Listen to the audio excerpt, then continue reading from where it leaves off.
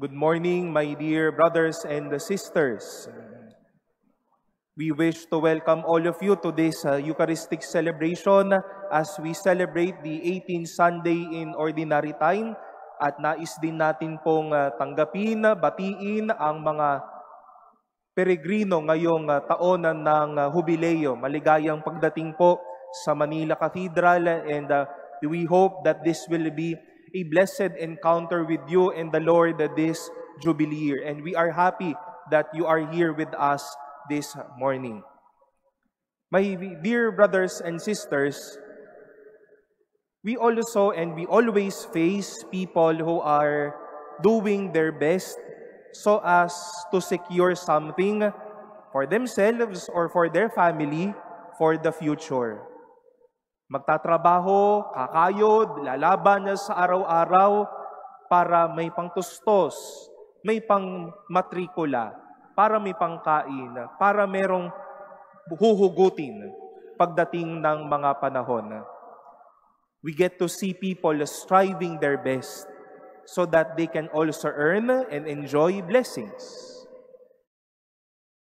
And every day, hopefully, we all are aware of the many flow of God's graciousness in our life. May naisusuot tayo, may nakakain tayo, kahit papano may pera para pangpamasahe, pang mga leisure natin, anuman na ang mga bagay na ito. But having said this and having all of this with God's grace, may it not be a comment for us from God or from Jesus, the same comment he had for this rich man owning a big harvest. Towards the end of today's gospel, he noted, "Thus will it be for all who store up treasure for themselves, but are not rich in what matters to God." Ang daming laman ng palad, ang daming laman ng cabinet. Busog na busog araw-araw. Tila wala nang iisipin sa mga susunod na araw, pero hindi naman mayaman sa mga bagay na makadiyos. And is it the such or same thing with the rich man in today's gospel? Ang laki ho ng problema niya. Binigyan po siya ng description ni Jesus na his land produced a bountiful harvest. Ang dami na niyang mga ani. At sabi niya, anong gagawin ko dito? Wala na akong pagtataguan. I have to destroy my barn, build a larger one, then I shall store it. Maybe, madami na nga, magpapadami pa siya. At nakita natin dahil secured na ako, what shall I do? I'll just rest, eat, drink, and be merry. Full of treasures, but not rich with what matters about and to God. Hindi na kontento. Hindi nagpasalamat dahil ang dami na niyang nakuha. At dahil ang dami niyang nakuha, hindi man lang nakaisip, baka may nangangailangan pa ng mga sobrang mga bagay na ito.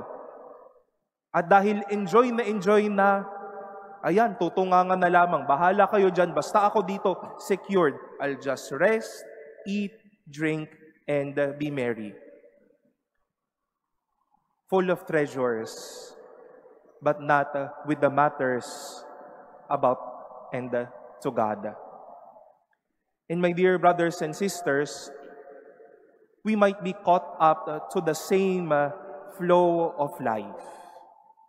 Thanks be to God for our efforts so that we can secure our family, our future, and our life. Thanks be to God for the graces we continue to receive. But just a strong warning for us, our hands may be so full, our pockets may be the same, our tables may be full, we may say that I am already secured for the next years of my life. Pero hindi pala tayo mayaman sa mga bagay na makadiyos. Because life, my dear brothers and sisters, is not only about hard-earned things, but life is also about heart-earned matters. At ayan po yung mga bagay na makadiyos. These are the things, richness that matters to God. Heart-earned matters. Madami po mga estudyante at mga kabataan akong nakikita ngayon. In one way or another, I know that your budget is so tight. Kompyutado. Ito ang pamasahe. Ito ang pagkain. Ito yung pang-supplies.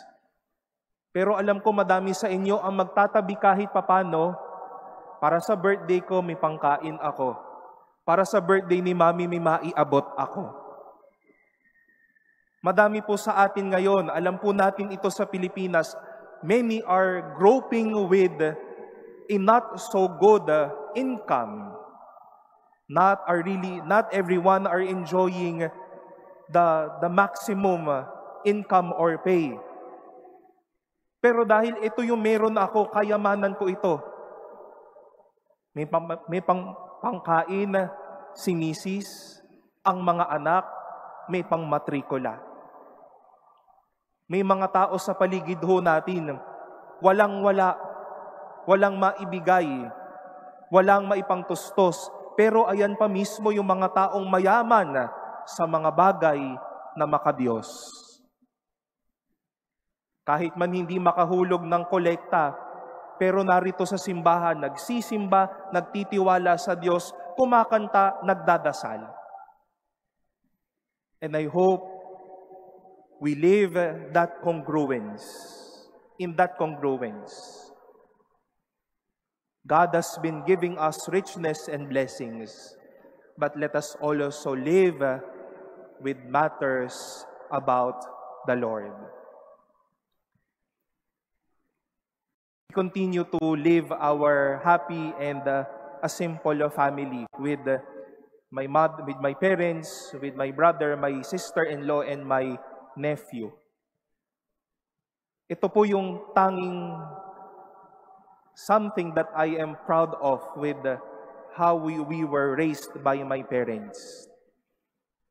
Mama withdrew her job so that she can take care of me and eventually my younger brother. And my dad continued the hard work.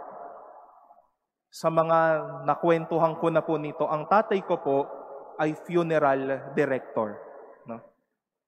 Sa opisina ho, no? Hindi ho yun ang nag-aayos mismo ng patay. Alam niya ho yun, pero sa opisina ho, no?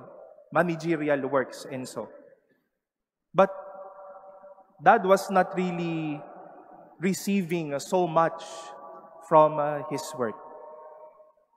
But something is clear in his mind, in their mind as well. Na hindi kami magugutom araw-araw, makagraduate kami, makita at mayakap namin ang aming pangarap. At syempre sa mga bagay na iyon, hindi rin po nila pinalagpas ang mga basic na bagay at yaman, mga bagay na makadiyos. Kapag nakita ang ninong at ninang habang naglalakad, magmamano. Kapag may kakilala, bumati. Kapag kami nakakatanda kaming kakilala, babatiin, kukumustahin. Hindi naman po mayaman na ang nanay at tatay ko, pero pinayaman nila kami sa mga bagay na makadiyos. In this, my dear brothers and sisters, may something which we may always embrace. Thanks be to God for people blessed with much and thus are able to live with matters about God. Thanks be to God for people who would not have anything but still live a precious heart to to be good, and to be loving. But let us be aware that we might be tempted. Sobra-sobra na, walang kalaman-laman na ang puso.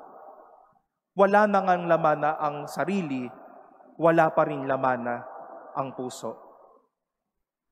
As we thank the Lord for His goodness and blessings, let us fix our thoughts on things above, not on vanities, as what our first reading would say to us. Graces is poured upon us, but let us also be rich about things that matters to God.